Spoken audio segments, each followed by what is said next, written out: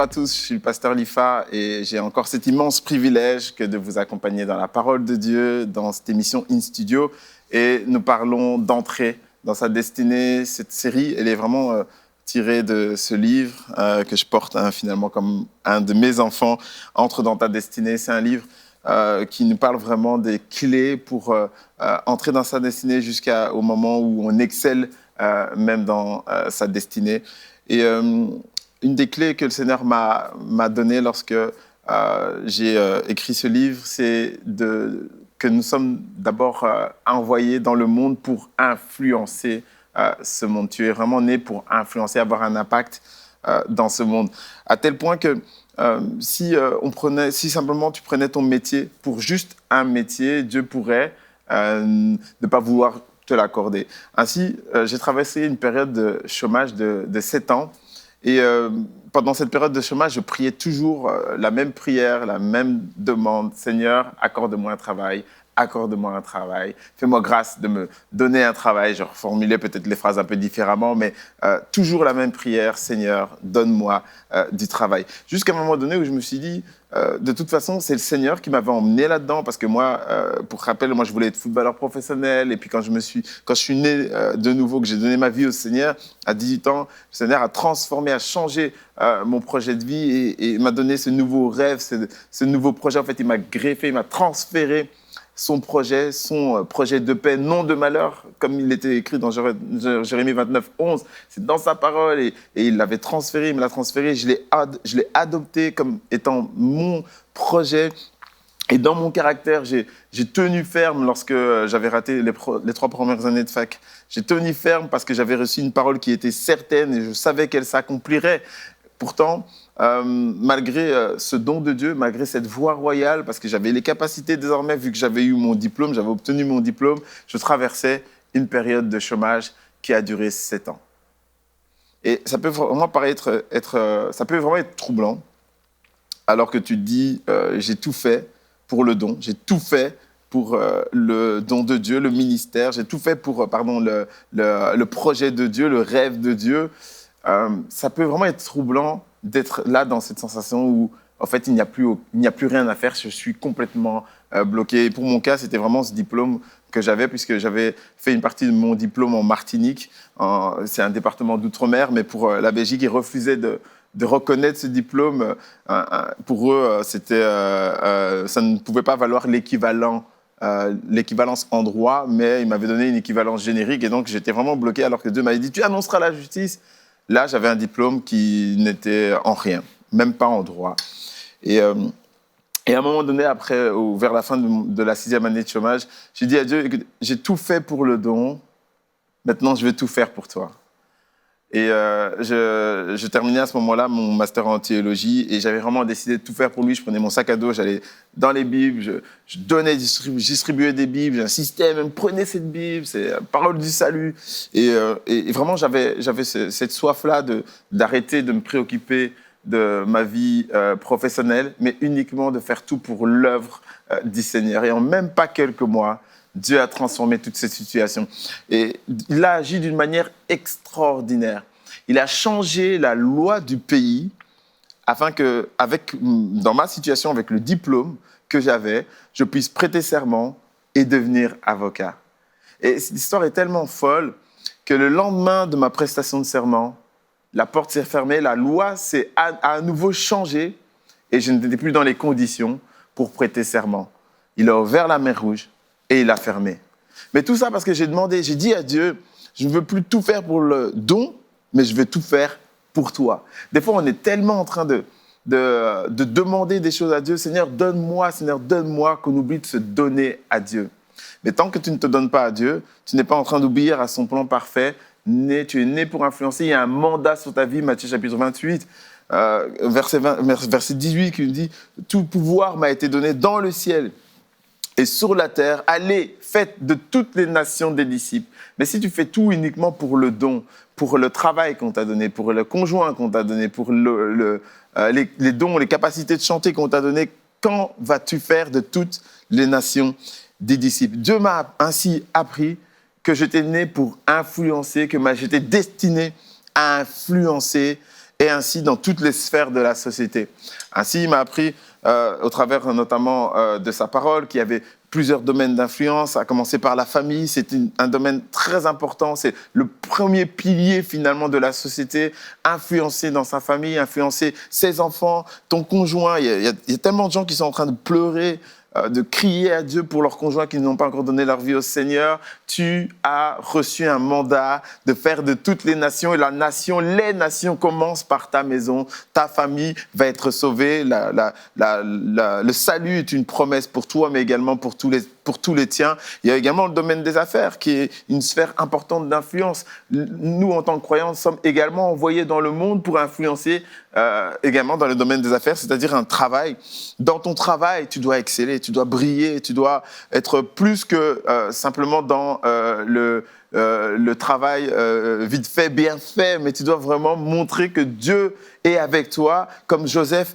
Dieu était avec lui, et en tant qu'intendant dans la maison de Potiphar, il était juste intendant à ce moment-là, mais déjà, il excellait et brillait. On voyait que la main de Dieu était avec lui. Il y a aussi, en dehors des domaines des affaires, le domaine du divertissement. Moi, j'ai joué en tant que footballeur professionnel, et je mettais mon cœur à démontrer que j'avais un don extraordinaire là-dedans, quand bien même ce don devait être travaillé, montre que Dieu est également dans ce genre de domaine. Et vous savez, on ne peut pas laisser le domaine de divertissement au monde. Les arts aussi, nous avons cette capacité-là d'être créateurs. On ne peut pas laisser ça au monde. Dieu veut également influencer notre manière de nous divertir. Autrement, on va se divertir uniquement de la manière du monde.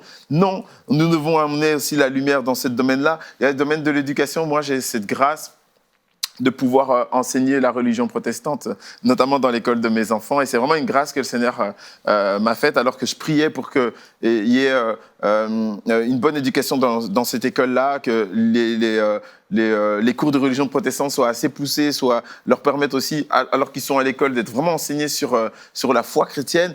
Et Dieu a ouvert cette porte-là. Et comme j'avais ce master en théologie, j'ai répondu présent dans le domaine aussi du gouvernement.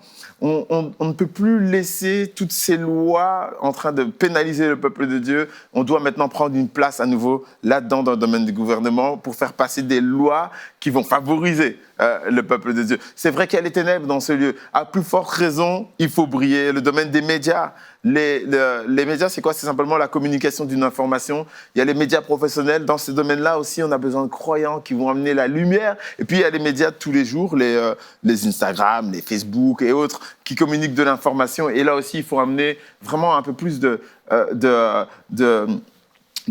sanctification dans ce genre de domaine, tellement il y a de l'impudicité, tellement il y a de la désinformation, du mensonge. Vous savez, les gens qui sont dans le paraître, qui sont dans l'autopromotion, il faut amener vraiment la main de Dieu, la faveur de Dieu aussi dans toutes ces sphères-là. Et ainsi, tu es né, destiné à briller dans toutes ces sphères de la vie, dans toutes ces sphères de la société. Parce que Jean 17, 18 dit, comme tu m'as envoyé, Jésus prie pour ses disciples et dit, comme tu m'as envoyé dans le monde, je les ai envoyés dans le monde. Philippiens chapitre 3, 20 dit qu'on est citoyen des cieux. On n'est pas de ce monde, mais on n'est pas de ce monde, donc on est vraiment d'en haut, mais la main de Dieu touche.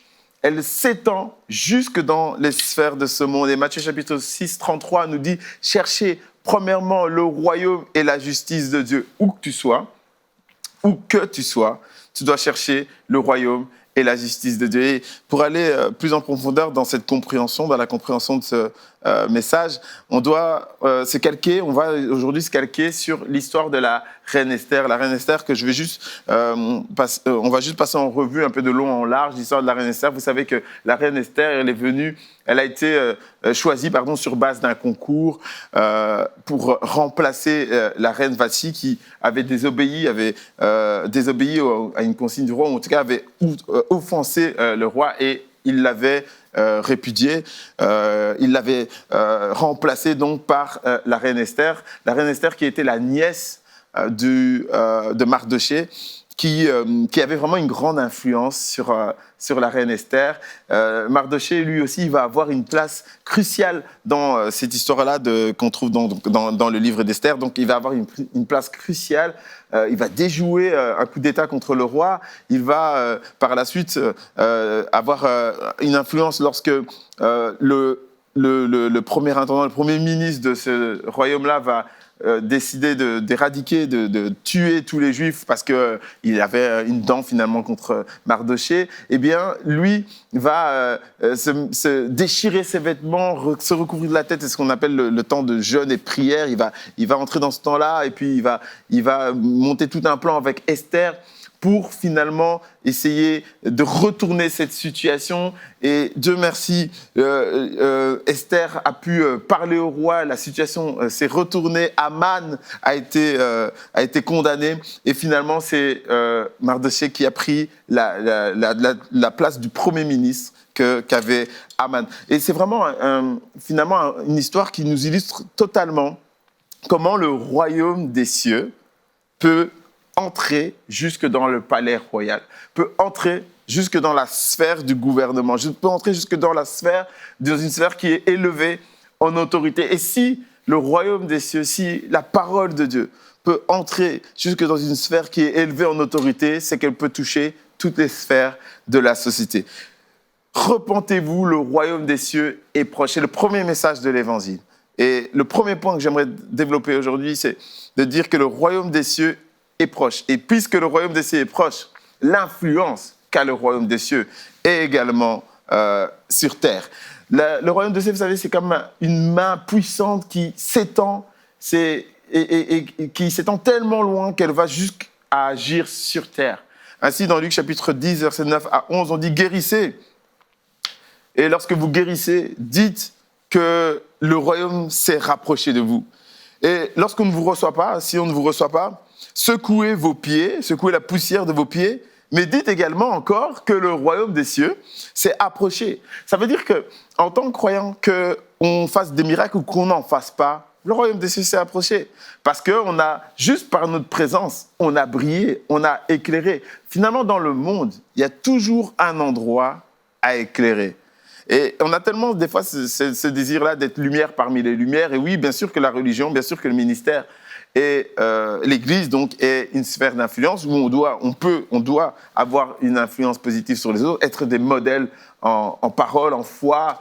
Ça se passe également dans l'Église. Mais il y a tellement beaucoup plus de ténèbres à éclairer lorsqu'on est dans le monde. On aime tellement être lumière parmi les lumières alors que le monde a soif, le monde soupire après la révélation des fils de Dieu. Donc ce texte nous dit, guérissez et dites que le royaume des cieux s'est approché, et si on ne vous reçoit pas, secouez la poussière de vos pieds et dites encore que le royaume des cieux s'est approché. Ta présence est importante. Le fait que Esther entre dans le palais du roi va bouleverser l'histoire de ce royaume, va bouleverser l'histoire du peuple hébreu. Et lorsqu'on entre dans une sphère d'influence, lorsqu'on parle de l'influence du royaume des cieux, on n'est pas uniquement dans le fait de vouloir être chef. Ce n'est pas une question d'être chef. Il y a une différence d'ailleurs entre gouverner, le don de gouverner dont on parle dans 1 Corinthiens 12, 28. Le don de gouverner et le fait de vouloir être chef n'a strictement rien à voir. Il y a une différence entre gouverner et être chef. La Bible nous appelle à gouverner, la Bible nous appelle à régner, la Bible nous appelle à diriger, mais la Bible ne nous appelle pas à être chef. Elle dit si quelqu'un veut être grand, Matthieu 20, chapitre 20, verset 25, la Bible dit si quelqu'un veut être grand parmi vous, qu'il soit également le serviteur de tous, qu'il soit le serviteur de tous. La Bible, au contraire, nous apprend à être comme Jésus a fait, existant en forme de Dieu, s'étant dépouillé lui-même, a pris la forme d'un serviteur. Lorsqu'on entre dans une sphère d'influence, notre but n'est pas d'être chef. Notre but n'est pas de jouer au petit chef.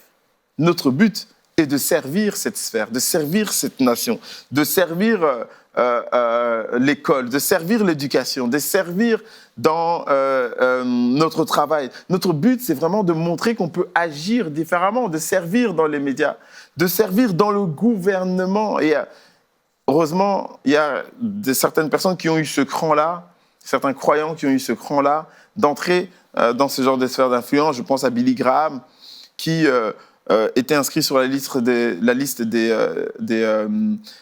sur la liste électorale des démocrates et qui a été le conseiller spécial particulier de plusieurs présidents des États-Unis, donc qui avait réellement une influence dans cette sphère-là. Je pense aussi à Martin Luther King, qui était un militant pour les droits civiques et qui a une réelle influence dans cette sphère-là. Et toi, vas-tu apporter le royaume des cieux là où tu es, dans ta famille, dans ton travail? Vas-tu apporter le royaume des cieux? Le royaume des cieux est proche. Deuxièmement, le royaume entre dans le monde. Parce qu'il est proche, il entre dans le monde. Il n'est pas bien sûr, c'est une dimension un peu parallèle. Ça veut dire que quand les malades sont guéris, les démons sont chassés, c'est que le royaume des cieux s'est approché. Mais s'il est partout, le royaume, c'est qu'il est aussi dans le monde.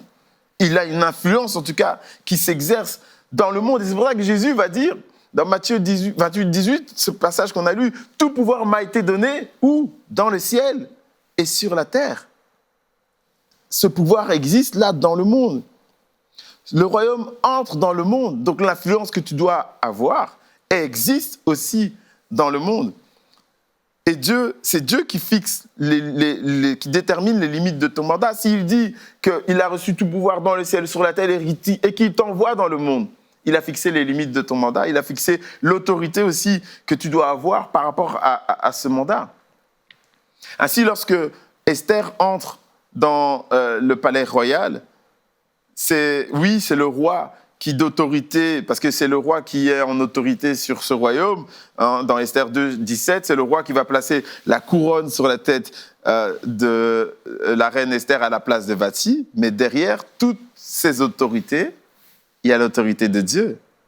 C'est l'autorité qui fixe le mandat. Si Dieu a parlé, plus rien ne peut t'arrêter, plus rien ne peut t'empêcher d'entrer en responsabilité. Dieu te donne un don extraordinaire. Comme Esther, son don, c'était une femme de belle figure, une femme intelligente. Et son don extraordinaire lui permet d'entrer dans ce royaume, mais c'est Dieu qui a donné derrière tous ces dons. Le roi pense avoir fait un choix, mais qui a rendu Esther de belle figure? C'est Dieu. Tu reçois des dons, tu reçois des capacités qui vont te permettre d'entrer dans la cour des rois, mais derrière l'autorité suprême, c'est Dieu. Dieu détermine le mandat. Et le fait de savoir que c'est Dieu qui détermine ton mandat, qui détermine l'autorité que tu vas avoir, détermine ta sphère dans laquelle tu vas influencer, ça doit te donner un peu plus de courage d'entrer dans cette sphère-là en disant « Dieu m'a appelé là-dedans ». Et peu importe les échecs ou pas que je vais rencontrer dans ce domaine, Dieu m'a appelé et m'a envoyé là-dedans. Et quand tu entres dans une sphère comme celle du gouvernement, comme celle de ton travail, tu ne devrais pas te taire.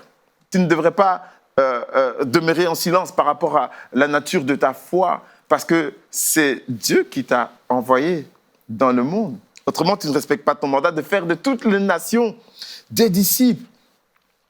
Lorsque Dieu te positionne, tu ne peux pas te taire. Esther avait à un moment donné eu cette tentation-là parce qu'il y a eu le plan d'Aman et Aman ayant fait ce plan, il fallait pour déjouer ce plan entrer dans la maison du roi sans autorisation. Or, elle dira dans Esther chapitre 4 verset 11 que on sait, tous les serviteurs du roi savent qu'il existe une loi punissant de mort celui qui entre chez le roi sans avoir été appelé.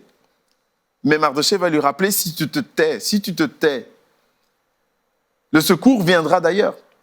Si tu te tais dans ton travail, le secours viendra d'ailleurs. Quelqu'un d'autre fera. Si tu te tais, si tu ne crées pas le travail, si tu ne crées pas le ministère qui est sur ton cœur, ça viendra d'ailleurs. Si tu ne te lances pas en politique, ça viendra d'ailleurs. Si tu ne te lances pas dans l'éducation de tes enfants, ça viendra d'ailleurs de toute façon, parce que Dieu ne manque jamais de ressources pour accomplir son plan. Et donc Mardochée rappelle cela, il dit, si tu te tais, le secours viendra d'ailleurs. Et il lui dit, mais qui sait en fait, si ce n'est pas pour un temps comme celui-ci que tu es parvenu à la royauté. Ainsi, il rappelle que non seulement le mandat vient de Dieu, c'est Dieu qui envoie, c'est Dieu qui fixe les limites, mais c'est aussi la raison de notre mandat de briller dans ce monde. La raison de son mandat, elle est parvenue à la royauté. La raison de l'appel, c'était pour justement libérer à ce moment-là le peuple hébreu. Il y a des choses pour lesquelles tu es en train de te taire qui sont la raison même de ta bénédiction. C'est comme si tu étais en train de te couper l'herbe sous le pied. Dieu t'envoie pour une raison et au moment où tu peux enfin accomplir la destinée, pour la raison pour laquelle tu es envoyé, tu te tais. Et donc finalement, le don devient inutile. Or, nous savons dans la parabole des talents et dans d'autres paraboles qu'on parle des serviteurs inutiles qui ont comme si, ils font comme si ils peuvent travailler, ils font comme s'ils peuvent faire les choses, ils remuent juste du vent. Parce que quand on a réellement besoin d'eux, ils disparaissent. Combien de fois ça n'est pas arrivé de nous retrouver dans des ministères, de nous retrouver dans les ministères de l'Église, chercher des gens pour aider, notamment pour les enfants, et puis ils reçoivent ce don, et ils ont un don pour justement parler aux enfants, mais ils vont se dire « Non, mais moi je n'aime pas le ministère des enfants ». Si tu te tais, ça viendra d'ailleurs. Et qui sait si tu n'as pas reçu ton don pour justement parler aux enfants, pour exercer le ministère des enfants. Mais on se considère comme trop grand ou pas assez, ou on a peur. Et on a peur finalement d'agir, alors que c'est la raison même de notre appel. Que tu sois magistrat, que tu sois président, que tu sois dans l'éducation, que tu sois dans les médias, tu dois témoigner Jésus. C'est ta responsabilité. Ton mandat, tu l'as reçu pour ça. Ton don, tu l'as reçu pour ça. Troisièmement, tu dois influencer les nations. Le royaume des cieux est proche. Le royaume des cieux est dans ce monde.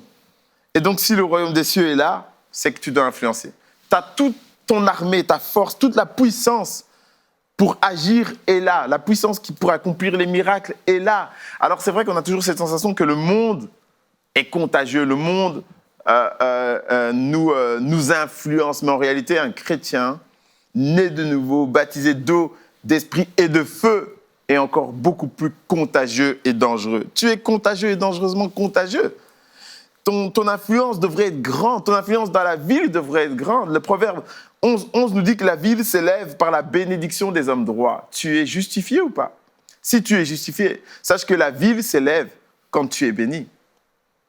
Au lieu de ça, nous voyons trop de situations où les chrétiens sont en conflit, en dispute continuelle avec leurs voisins, avec leurs employeurs, avec des collègues, avec les gens du monde.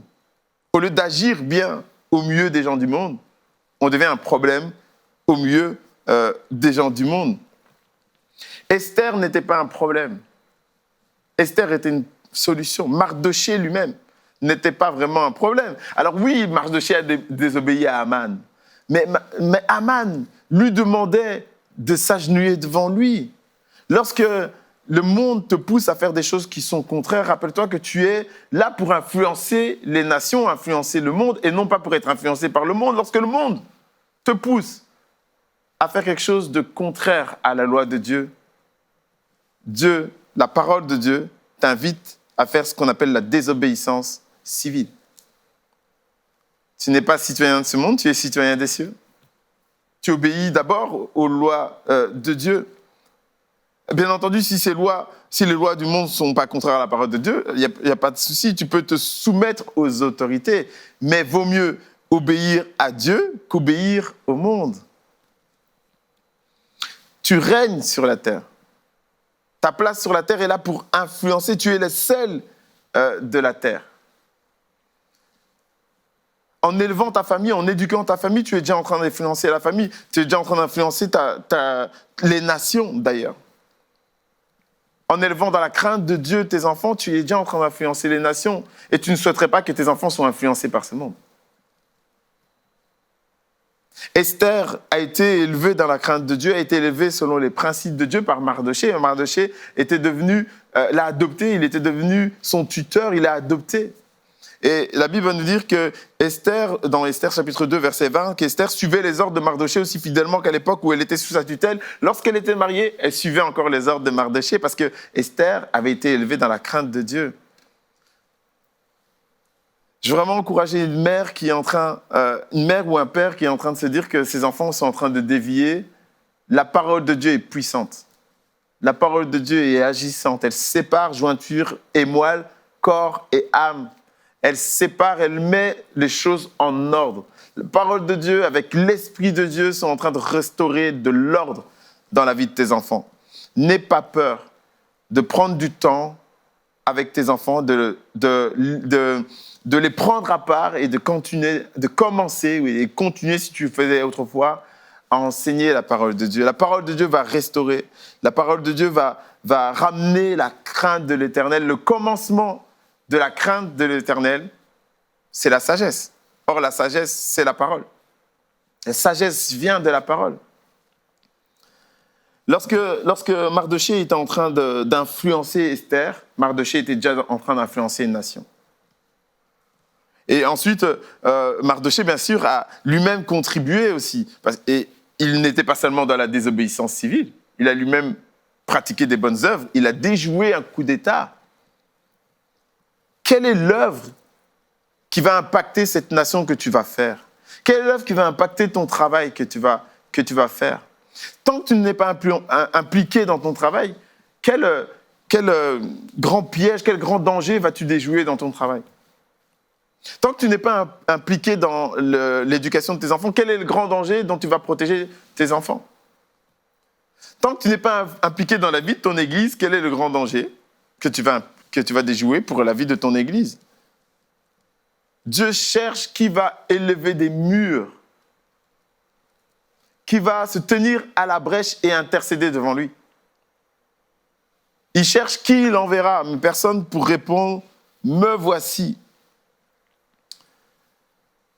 Mardochée et Esther n'ont pas eu peur de cette menace finalement qui était écrite finalement dans la loi, cette menace de tous ceux qui se présentent devant le roi sans avoir été invités, appelés, seraient punis de mort. Ils n'ont pas eu peur parce qu'il vaut mieux craindre Dieu que craindre les hommes.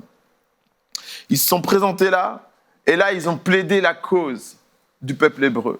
Il faut que tu plaides la cause des tiens. Il faut que tu plaides la cause de ton église, la cause de tes enfants, devant les rois, devant les grands de ce monde. Tu ne dois plus reculer, tu ne dois plus fuir. Plaider cette cause. Prends ta place. Prends ta place à nouveau. Reprends ta place dans ta famille. Reprends ta place dans l'éducation de tes enfants. Reprends ta place dans ton travail. La place que tu as, c'est une place de choix. Tu es un croyant parmi le monde. Reprends ta place. Bâtis une maison de prière pour ton quartier, pour ta ville, pour ton pays. Il faut que ce texte dans Ésaïe chapitre 56, verset 16, « Ma maison sera une maison de prière pour tous les peuples », soit vrai. Et à la fin de l'histoire, Mardochée va écrire une loi en faveur des Juifs. Il a écrit au nom du roi. Je crois qu'il y a des gens qui vont s'élever en dignité et écrire des lois en faveur des chrétiens. Peu importe dans quelle nation tu es, tu vas t'élever et tu vas déclarer des choses pour que ton pays, ta nation, soit impactée et influencée. Soyez bénis.